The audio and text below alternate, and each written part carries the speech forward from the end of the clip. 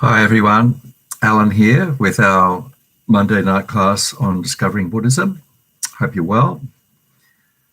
Today we've got our fourth class on how to meditate, the fourth and final one. Next week we start a new topic. It's called Presenting the Path.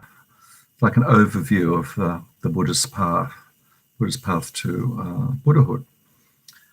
So as usual, I've just put my email address there in the chat column if anybody's new and you'd like to join the group and receive the notes each week. You're welcome, and just send me an email. And any questions, send me an email as well. Okay, so I sent out the notes yesterday, or was it yesterday? Yes, so hopefully you got the notes.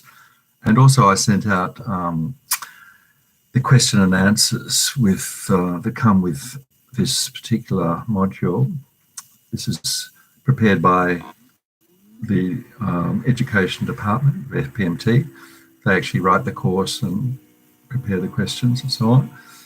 And I'm giving you the answers because we don't get a chance to do discussion really when we're doing streaming or interneting. Hopefully the new internet was a bit slow when I tried to get online just now, so hopefully we'll make it through. I'll keep going, whatever, and at least the voices will last for the whole session, even if the picture might be a bit jerky. Just see how it goes. All right, so let's just, as usual, we'll do our 5 minutes of mindfulness meditation using the breath. Mindfulness meditation is to just calm the mind. It has many purposes, but for this session, we're just using it to calm ourselves down and to get in the right frame of mind to listen to teachings and meditation later on.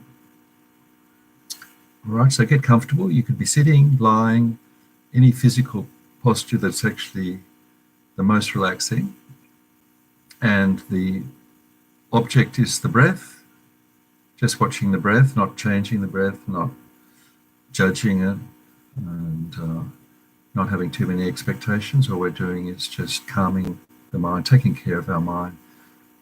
Sometimes it's called putting the mind back in its natural state, a state of quietness. So, yeah. All right, so let's start.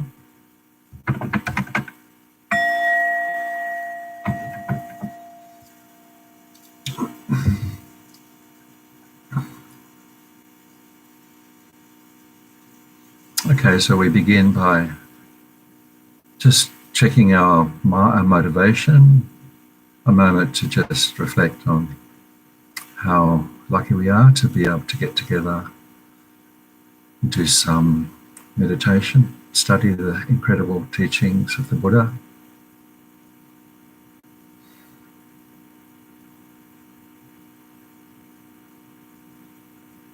Have a sense of just leaving aside the busy day we've just had and the whatever going to happen in the future. So we just, this 1 hour, 1.5 hours, just devote ourselves to thinking about the teachings.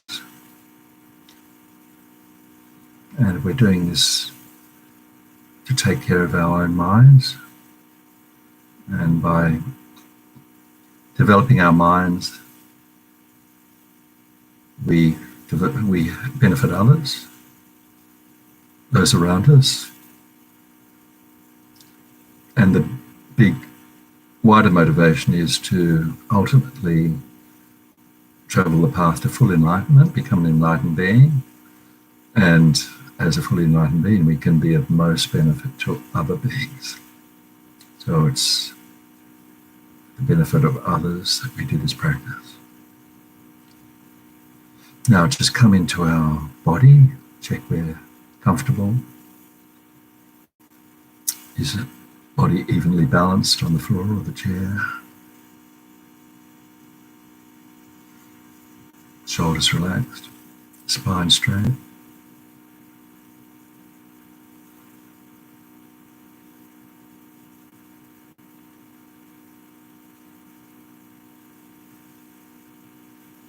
Feel the surface that we're resting on, where the body touches the floor or the chair.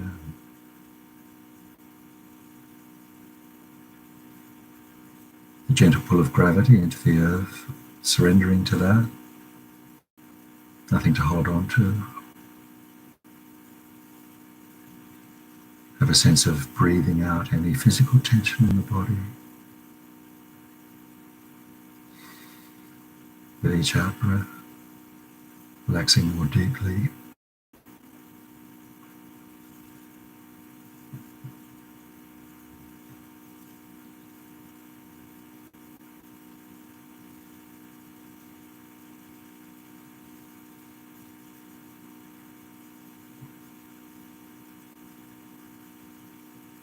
And then just giving our full attention to the breath coming and going. It's always there, and now we're watching it, noticing it, just stepping aside and allowing the rhythm of the breath to enter and leave the body.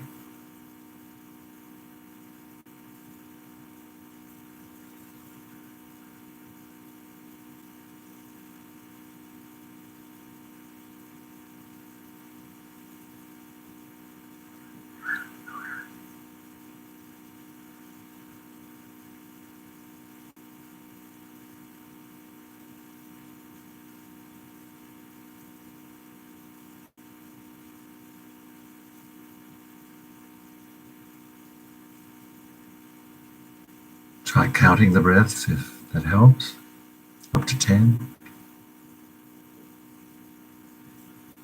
Each in and out breath is a count of 1.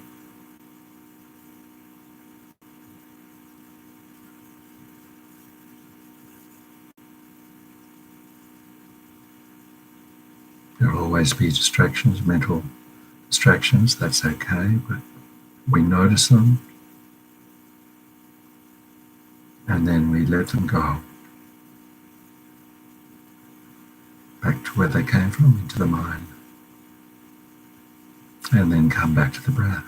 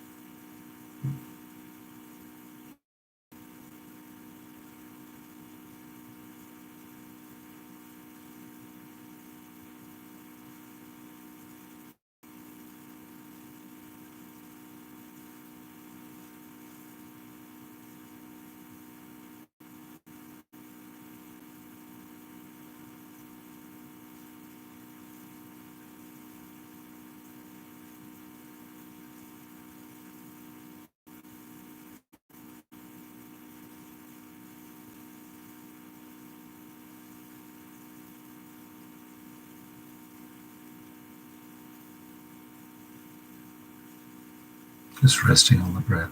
Full flow of the in-breath, full flow of the out-breath.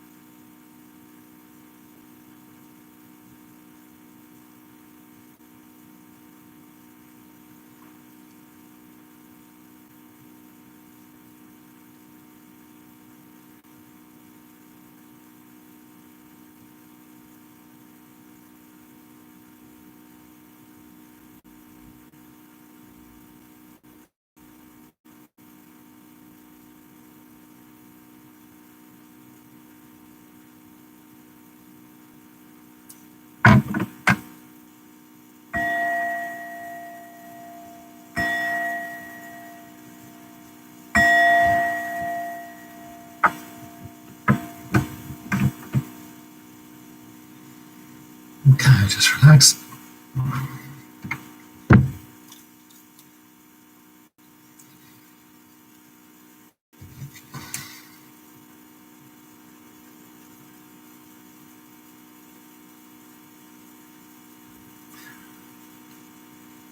Don't forget, if you've got any questions or comments, I think the live chat is working.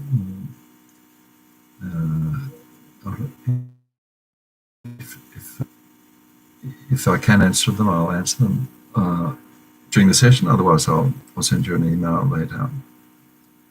But feel free to say something. Looking forward to the time when we can actually have a real class, Vajrayana Institute, and see real people. That will happen. Maybe not this year, but we'll just see. All right, so I got a couple of questions there to just kick it off that from last week, what we talked about last week. First one says that analytical meditation can lead us to a valid conclusion based on correct reasoning. How does this differ from using correct assumptions to decide something must be true? So remember that analytical meditation is a type of meditation where we actually pick a particular topic and we look at different reasonings that to reach a conclusion. Example,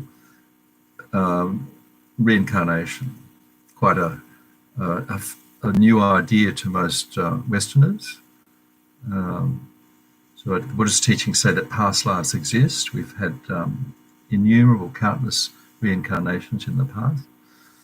So this is a new idea and something that we probably won't immediately understand. So certainly with me, when I first heard about past lives in the 80s, when I started looking in Buddhism, it sounded very strange, perhaps a bit superstitious, I thought. But there are other parts of the teachings that I really like compassion and impermanence, things like that. So I just left it and I come back to reincarnation and see how it fits in. If I understand some of the rest of the teaching, it might make sense later on. About 10 years later, probably at least 10 years, I actually found that it was a very easy idea to accept based on the other parts of the Lamrim, the basic Buddhist teaching. So sometimes it takes a while, and if we have just say reincarnation, somebody might feel that they believe in it, they might perhaps remember their past lives. Some people do, not very many, some people. And or they might just read a book. There are quite a few books written about people who remember past life, and some of the research has been very well done. And they just based on what they read or what they see, feel, they believe in past lives. So that's what they would call a correct assumption. They're not doing too much reasoning, but they're just basing it on their own experience. So they're using their own experience to come to what is the correct conclusion, that past lives exist. Now, the other way to come to the same conclusion is to use reasoning. Just look at what all the Buddhist teachings say, why things like what the mind is, how the mind is caused by a previous moment of mind, and how that might mean that the mind is without beginning or end, and so on. So different sets of reasonings can be used over a period of time, long time, can take quite a long time. And that person who comes to the conclusion slowly using reasoning will have a much stronger conviction of the truth. The person who's just used their own feeling, they've got the right answer, or the right conclusion, but they might, because it's not based on solid reasoning and being integrated into that person's way of thinking, somebody could come along and say, oh no, that's a lot of nonsense, no such thing as part life, and they'll give quite a convincing explanation, that person's mind could change because it hasn't been grounded in solid reasoning where they've actually integrated the reasoning into their own thinking. So correct assumptions are one thing, but correct reasonings is what we arrive at during analytical meditation, usually not in one session. It can take years or a whole lifetime to reach to understand some parts of the teaching. Anyway, so that's a long answer to the first question. And I think this probably that question came from the written answers I've given you, written questions and answers. Glance meditation. So this is just the type of meditation where we look at a topic from above, just by topics, by subtopics. If you've studied at high school or university, quite often you get a topic and you put headings to get an overview of the topic, and then you start getting the details between the main headings, and you put subheadings. If you're studying for exam, you can sort of memorize the outline, and then those key words will trigger memories of what is in between, the details. So that's what glance meditation basically is.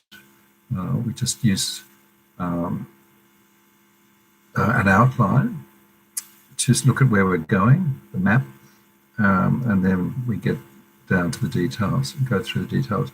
So the whole of the Lam Rim, that is the whole of the basic introductory Buddhist teaching, or the whole of the teachings of the Buddha, the Lam Rim, can be summed up in some of these prayers, some wonderful prayers, where just in a few pages they cover the path. It's called the path to enlightenment. And probably the best one I know is the Guru Puja, where there's Guru Puja is a practice. We do it VI about once a month, and there's it's quite a brief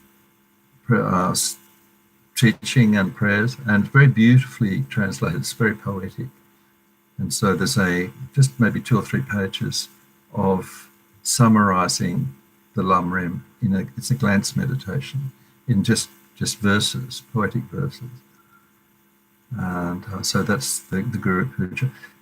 Just a sideline, if you've looking for, say, prayers or any materials on Tibetan Buddhism, the FPMT shop is really the place to download. You can download all the Discovering Buddhism material. You do have to pay a small amount, but there's if you look at the menu, FPMT shop, you can Google it and look at educational materials. You'll find fantastic array of prayers, teachings, at all different levels. Okay, so that's quick look at those 2 questions. So the set of questions I sent you has probably about 6 or 8 questions covering most of the topic. Quite good answers, good well-written answers. Just quickly looking to see whether I need to mention any one of them.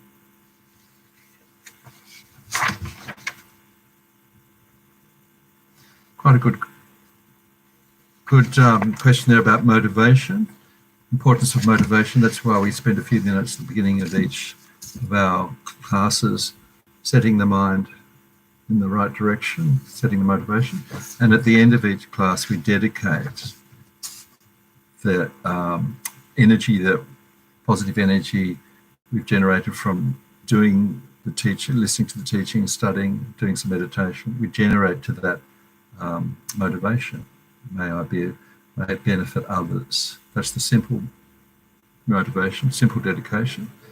And may it benefit others in such, may I benefit my own mind, and may my own mind be developed to such an extent that I become an enlightened being, and then I can benefit others in the greatest possible way. The Mahayana motivation, that's called. Okay, so just now looking at, I noticed that I've got this little sign coming up on YouTube saying my connection is unstable, so hopefully it will recover. I'll keep going. So just quite a few points there about meditation that we haven't covered yet. We might have just covered briefly. Possible hint points there about meditation that we haven't covered yet. We might have just covered briefly. Possible hindrances to meditation, and expectations is one of the big ones.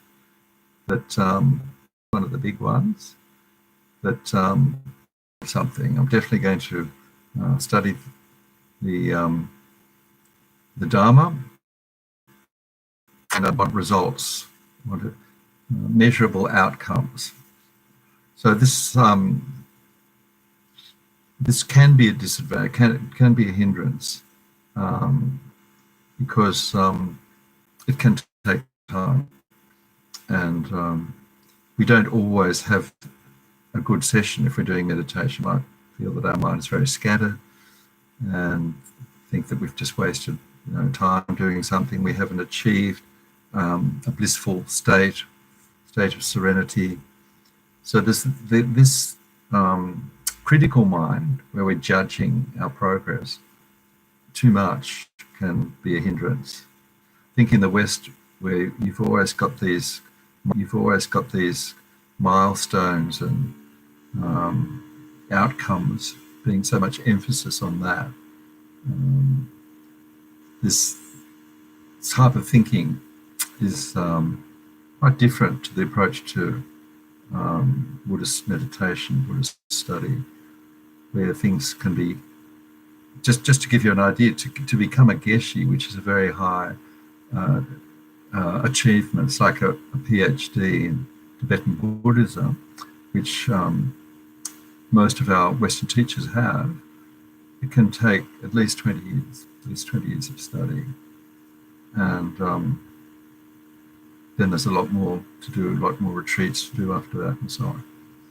So it's not a quick fix, the Buddhist path. Just read you a little bit what Lama Yeshe said about it. Lama Yeshe, who's one of our founding teachers, about expectations. So he says, don't expect too much from your meditation. Too much expectation is a great hindrance to successful meditation. This superstitious attitude prevents us from being satisfied with our meditation experiences as they actually are, and continually forces us to compare these experiences with some imagined ideal. So we upset ourselves thinking, according to the teachings I've received, at this point I should be experiencing great bliss, but what I'm feeling now is hardly blissful. I must be a failure. So this is, what he says, we make ourselves so tense, anticipating expected experience that never comes. So how can bliss ever arise in a mind that is worried and uptight, always wanting something? The only solution, says Lama Yeshe, is to let go. Realize that expectations are a hindrance and let go of them as soon as they arise. Recognize them as arisen thoughts. In other words, we should be a little bit looser in our approach. Sometimes we put too much energy into our practice. We discipline ourselves too severely, thinking that this will bring us more quickly to the desired realizations. But too much effort often has the opposite effect. It prevents our progress instead of helping it. Words from Lama Yeshe. So this is another good meditation we can do, is loving kindness towards oneself, making peace with oneself, which I'm not sure whether we've done one yet, but we'll definitely do that in the weeks ahead as we progress through the course. It's a very strong and powerful meditation.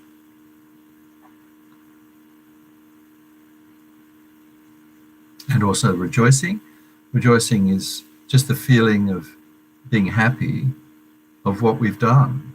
The fact that we've actually managed to maybe sit down, do practice, watching our breath, mindfulness, maybe doing some study as well. The fact that we have actually done any at all is amazing. So we can actually rejoice in what we do, and just give ourselves credit for making the effort. It takes time to transform our way of thinking. Probably the most difficult thing that can be done. It is definitely the most difficult thing you can do, but the most worthwhile. So when we do it, we're going to do a healing meditation at the end of the class, which is a very good one to recharge our enthusiasm. And so we're going to do that at the end. Second one, regret, being distracted by guilt, thinking that maybe it could be guilt about something we've done, some misdeed, something we've done to hurt others, something we haven't done, regret. So this can also be a hindrance if it comes up during our meditation, dwelling on mistakes we've made, being fixated. And again, the self-kindness meditation can help a lot, with that one. And there are other practices, purification practices. Purification practices are things like making offerings, maybe prostrations, and there's some mantras that can be said to purify hindrances, and self-forgiveness and compassion. Another one is doubt, having doubt about whether all this is correct. Maybe you have the feeling that if you get frustrated with your wandering mind, that you might be tempted to just give it up. So give up the whole practice.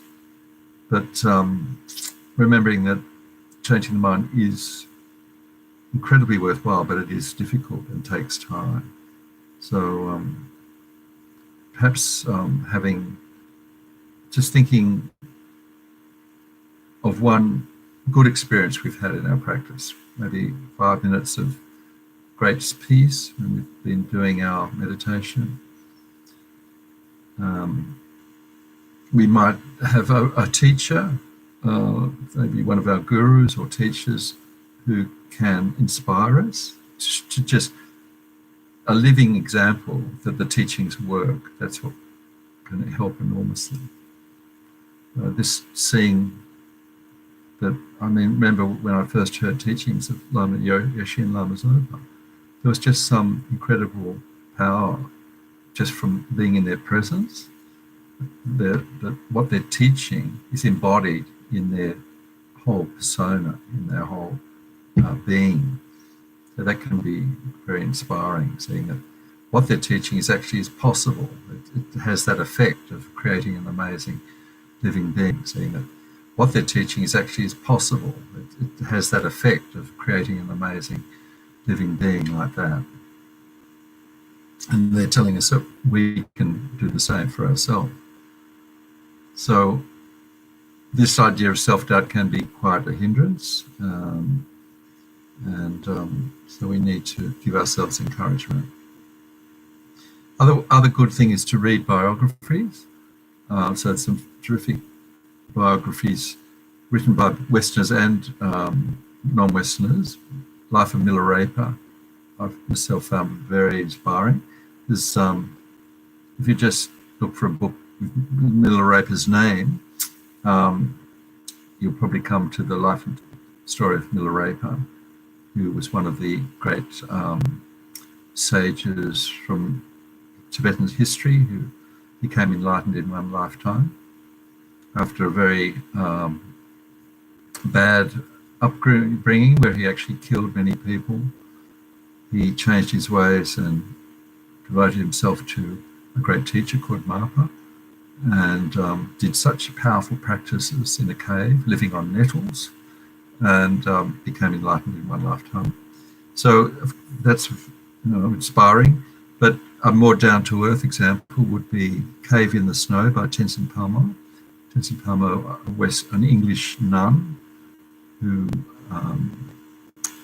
went from England to meditate in India for many years. I can't remember exactly how many years, in a very remote area. Her biography is called Cave in the Snow, written by Vicky Mackenzie.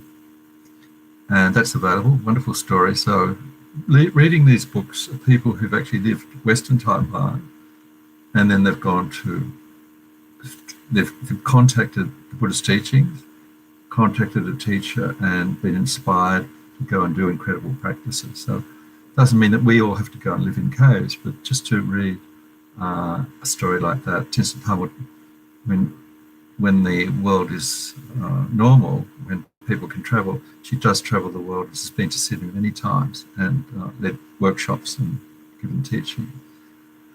And so the other one is Lama Yeshe's biography called Big Love. That's a fantastic biography of Lama Yeshe's life story, very detailed, fabulous pictures and wonderful stories. Anyway, so these materials are books, biographies are there to help us if we're feeling that we're not doing much, or that is this really all worthwhile? So you can get some incredible inspiration from reading the biographies of great teachers and great meditators.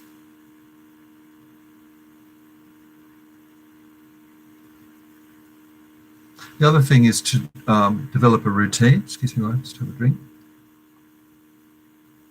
So just by having a routine like doing a certain amount of meditation, say once a day or twice a day, so allocating 15 to 30 minutes, whatever, in the morning when we get up before we actually start the day, and sticking to that, doing it even if we don't feel like it, just like brushing our teeth and doing things that we do without making a decision as to whether it's, it's that sort of day. If you just decide this is the daily practice, I'm going to do it, that can make a big help. So even if it's just allocating a small amount of time, amazing if just say 5 or 10 minutes of calming the mind in the beginning, just after we wake up, when the mind is very soft and able to be manipulated quite well early in the morning after we've had sleep. So if we just do a good session of mindfulness meditation, or whatever meditation works for it, that can actually set up the whole day. It can have a resonance through the rest of the day. It can be actually noticeable. Okay, so just a little note there at the bottom, page 2, about the results of meditation. There's a quote from the Buddha. Not sure where that came from, but it's one of the sutras, that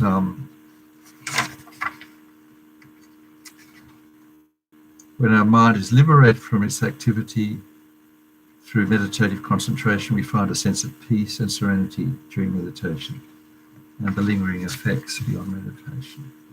So another just thing that is briefly mentioned at the top of page 3 is insight meditation.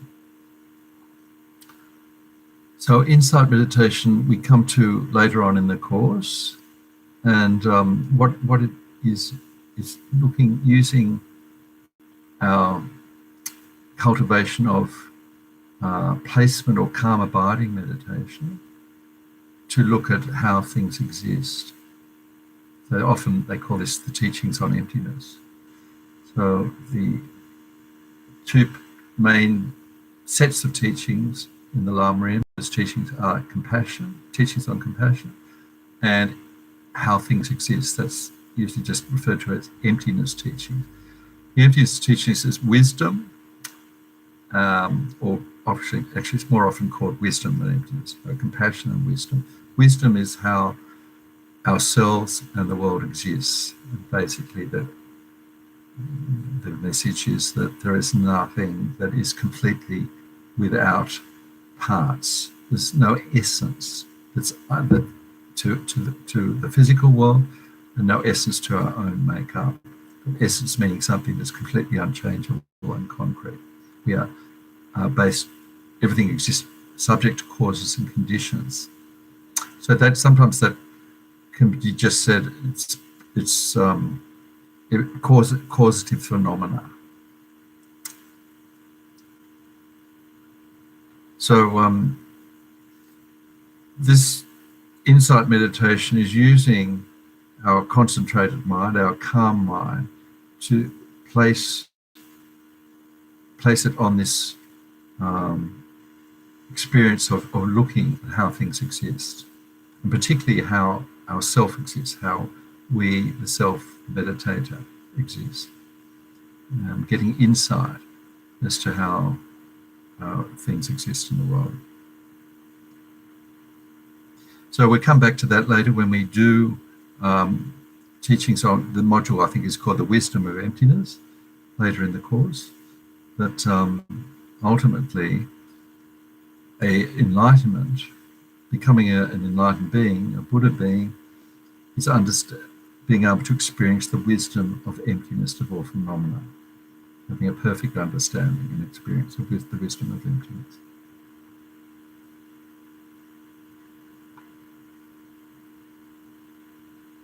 So that will come probably through every module that we do. There'll be some sort of reference to the teachings on wisdom, and we need both the compassion teachings and the compassion teachings and the compassion experience, and we need both the compassion teachings and the compassion experience together with the experience of wisdom, how to be compassionate, to develop, what's the most effective way of benefiting other beings. Okay, so we've actually just now come up to the teachings, the actual meditation. Just giving it a little bit of introduction. So this meditation comes from a book by Lama Zopa Rinpoche called Ultimate Healing. Ultimate Healing, wonderful book. A book by Lama Zopa Rinpoche called Ultimate Healing. Ultimate Healing, wonderful book. It's actually available online and in hard copy and digital. So this one's called the White Light Healing Meditation.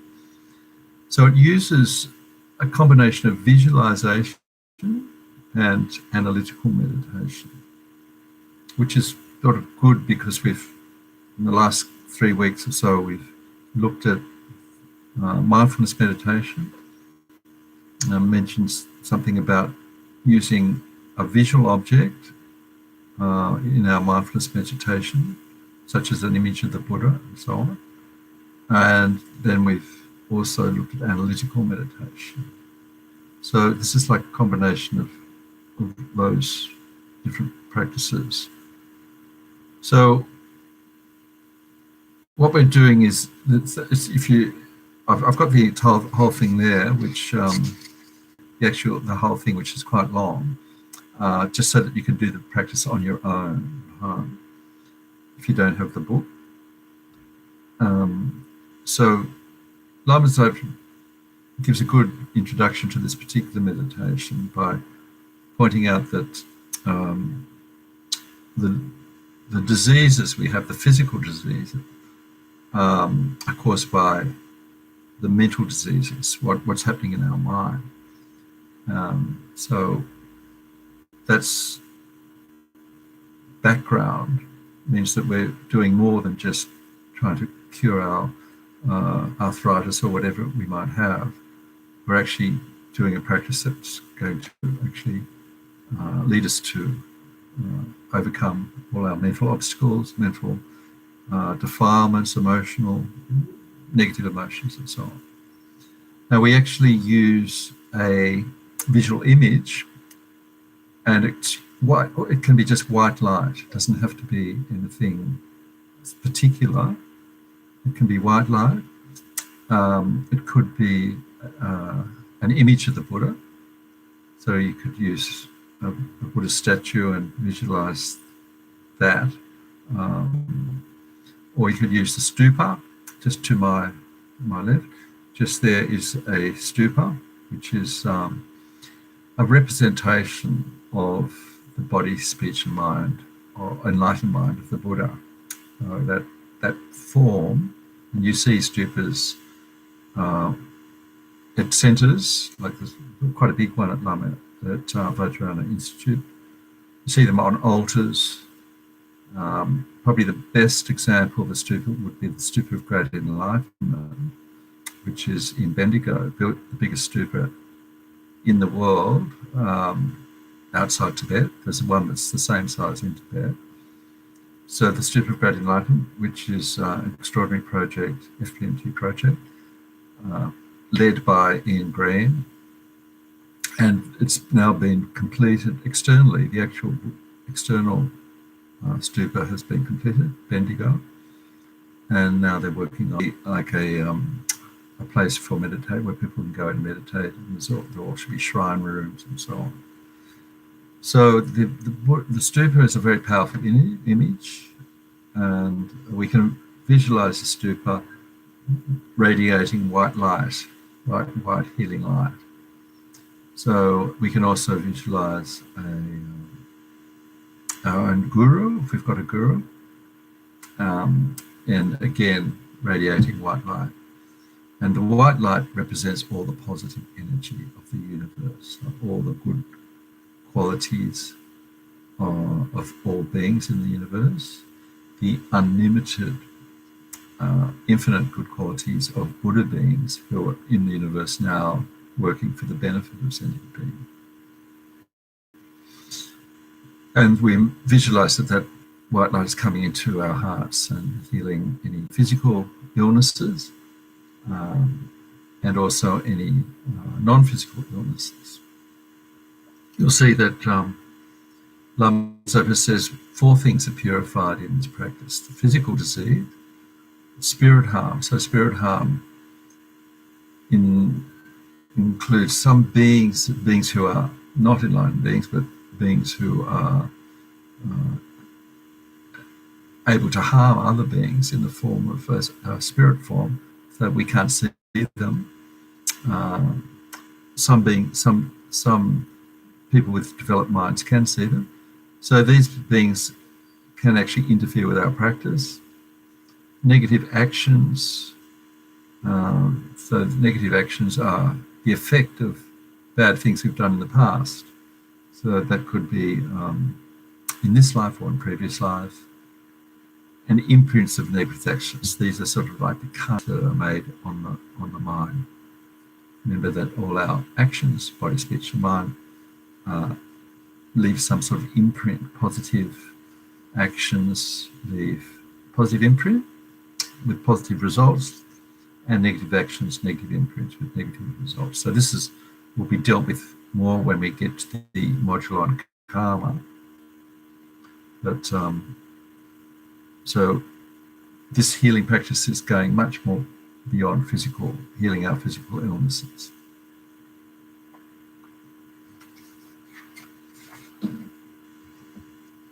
So we also use our breath in this practice, the breath that we watch when we're doing our mindfulness practice. And we imagine that with the in-breath, we're breathing in that healing white light that I've just mentioned. But also we start with the out-breath, visualizing that we're breathing out all our negativities, all those things that I've just mentioned, spirit harm, the karmic imprints on our mind. So we can visualize that with each out-breath coming out in the form of black smoke, or you can make it more vivid, visualizing it as dirty water or dirty liquid. Can also visualize it as insects or snakes or scorpions or unpleasant the insects and so on coming out, and they go out. They don't pollute the environment; that they go beyond space.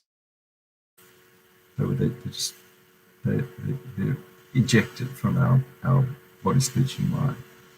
So we actually spend some time just starting with the out breath, purifying ourselves from all these imprints and negativity, and then we focus on the in breath that we're breathing in and just filling our physical body with light, so the physical body dissolves into a body of light, and that physical body becomes very powerful, very blissful. We visualize the warmth of that light radiating, and it embodies compassion, loving kindness, and so on. And we pause at various places during the meditation to actually absorb and allow that feeling to enter and fill the mind. And then we visualize that we have actually purified ourselves, and we are a purified being, a powerful purified being.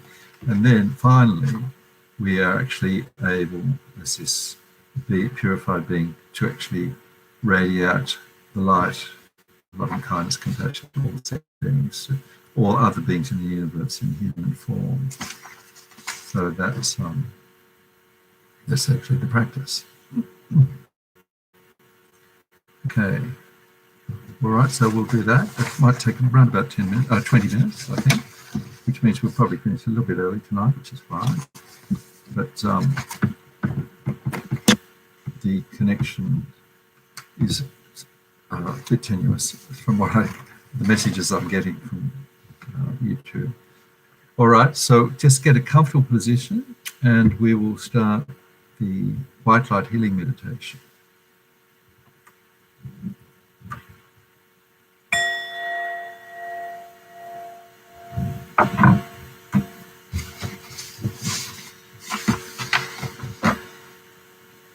All right, so just beginning now with our posture, making sure that we've got a cup position, that the body is comfortable. You could be lying down, sitting. The main thing is that the back is straight.